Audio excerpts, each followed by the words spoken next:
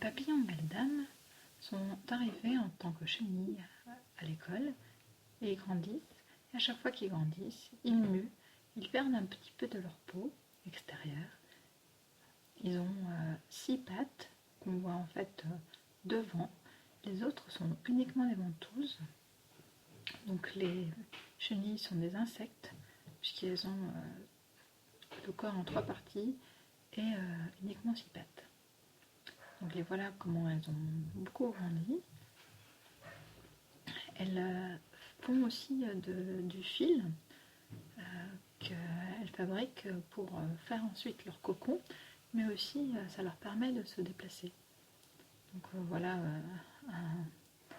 une chenille en train de fabriquer. Là voilà une mue de chenilles. Quand elles sont assez grandes, elles se pendent au plafond et elles se transforment petit à petit en une chrysalide, là qu'on voit devant. Et on voit les chenilles qui sont à l'arrière qui bougent en fait pour créer leur chrysalide. Voilà, là on la voit bouger à l'intérieur.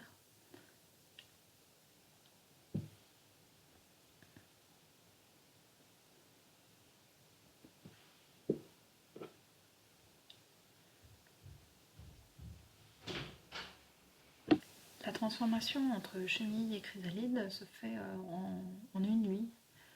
Le lendemain, toutes les chenilles étaient transformées en chrysalide.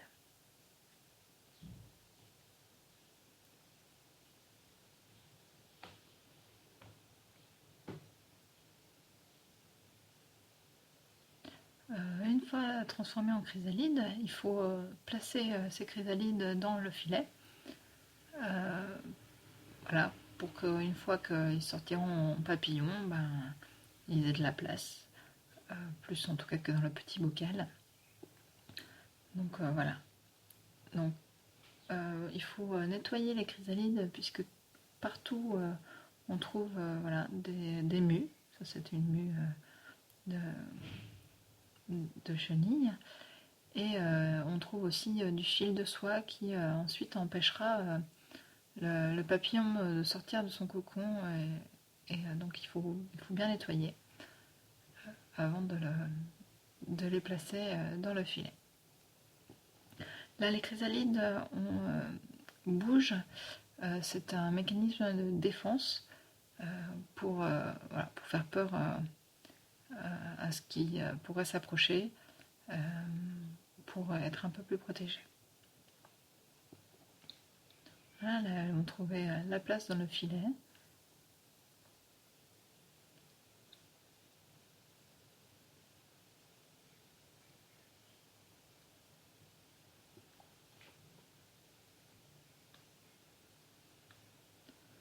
Il y en a une qui était tombée, qui ne s'était pas accrochée en haut. Donc celle-ci, je vais la nettoyer individuellement et la placer sur un sopalin dans le filet pour lui permettre de naître plus tard.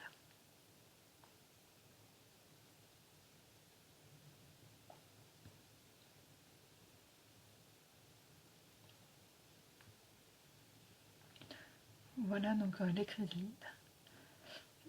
Les chrysalides vont se transformer en papillons. Donc ici, nous voyons la naissance d'un papillon. Là, il y en a un qui était déjà sorti. Et il y a un au milieu, je ne sais pas si vous voyez, le papillon qui est en train de sortir de sa chrysalide. Il a les ailes toutes mouillées, puisque il y avait du liquide dans son cocon.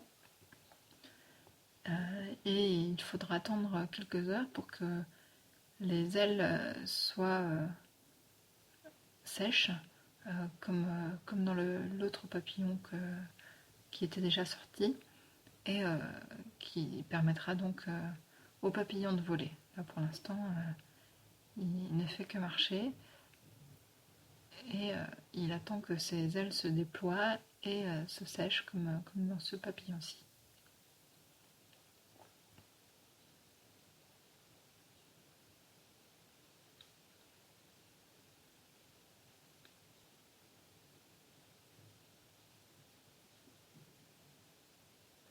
Voilà les chrysalides une fois que les papillons sont sortis.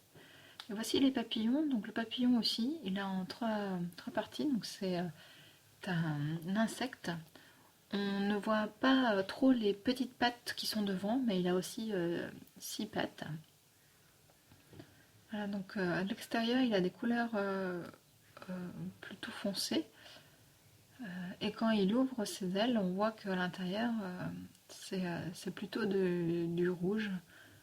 Voilà, les beaux papillons déployés.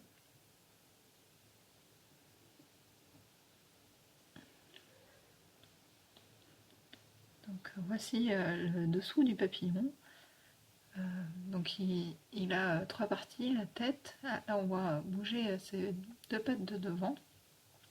Mais en règle principale, on voit toujours ces 4 pattes. Là, il y a 2 papillons qui secouent leurs petites ailes en même temps.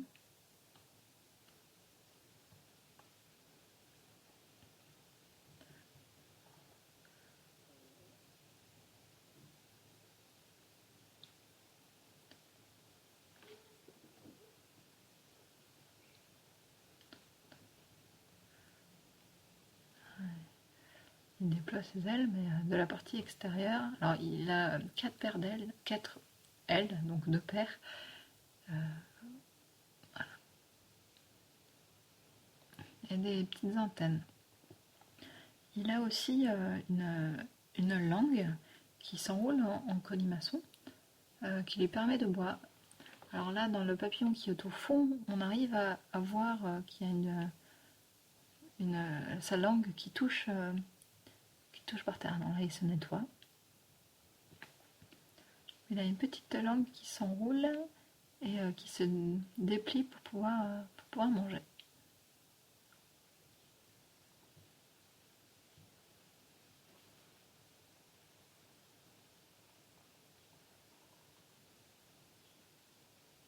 Là, on la voit bien, sa langue.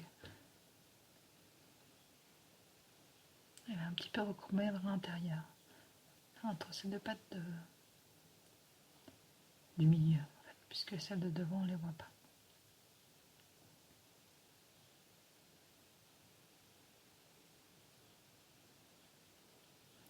Là, les papillons en captivité, puisqu'ils ne peuvent pas avoir beaucoup de fleurs, là, ils mangeaient de l'eau sucrée, puisque c'est ce même type de sucre qui se retrouve dans les fleurs. Donc les papillons, ils servent aussi à la pollinisation des fleurs, puisqu'il y a le pollen des fleurs qui se dépose sur leurs pattes, et donc après ils vont de fleur en fleur, et ils déposent le pollen. Là, on voit les langues des papillons. Je leur ai aussi donné de l'orange, puisqu'ils mangent aussi le sucre de l'orange. Donc les papillons vont pondre des œufs. Pour ça, ils vont s'accoupler, donc un mâle et une femelle. Okay. Là, on voit au moment où on a relâché les papillons, c'était un moment assez magique de les voir enfin voler en liberté.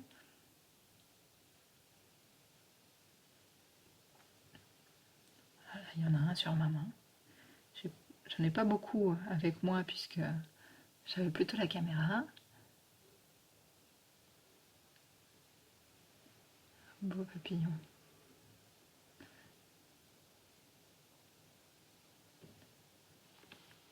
C'est dommage qu'on n'ait pas pu faire ça en classe avec vous, mais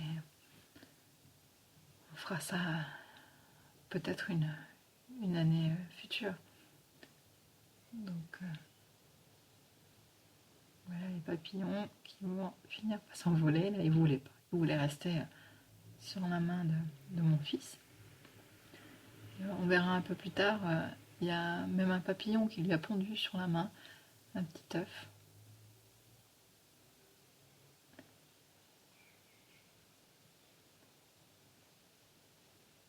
Là, il y a un papillon qui s'échappe et qui va aller se poser après vers l'arbre et puis repartir en volant. Alors, on va le voir là dans l'arbre. Voilà. Alors en général les papillons ils vont plutôt vers les fleurs pardon, puisque c'est ce qu'ils mangent. Dans l'arbre il n'y avait rien à manger. Voilà. Et là non plus, je pense que là on voit bien par contre ses yeux dans cette vidéo. Voilà. Et c'est ici où on va le voir pondre un œuf. Vous voyez, il met sa petite queue vers le bas et hop, il a pondu un petit œuf. Je ne sais pas si on le voit bien, mais c'est un petit œuf vert, assez petit tout de même, d'où vont naître les chenilles d'ici quelques temps.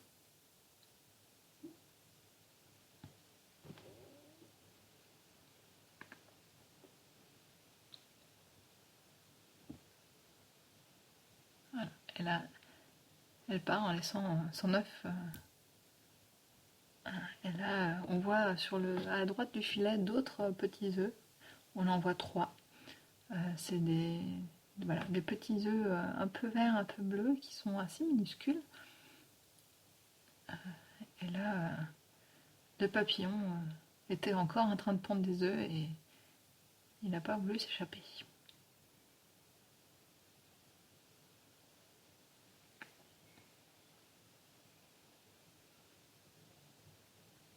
Là, on voit les œufs sur des feuilles.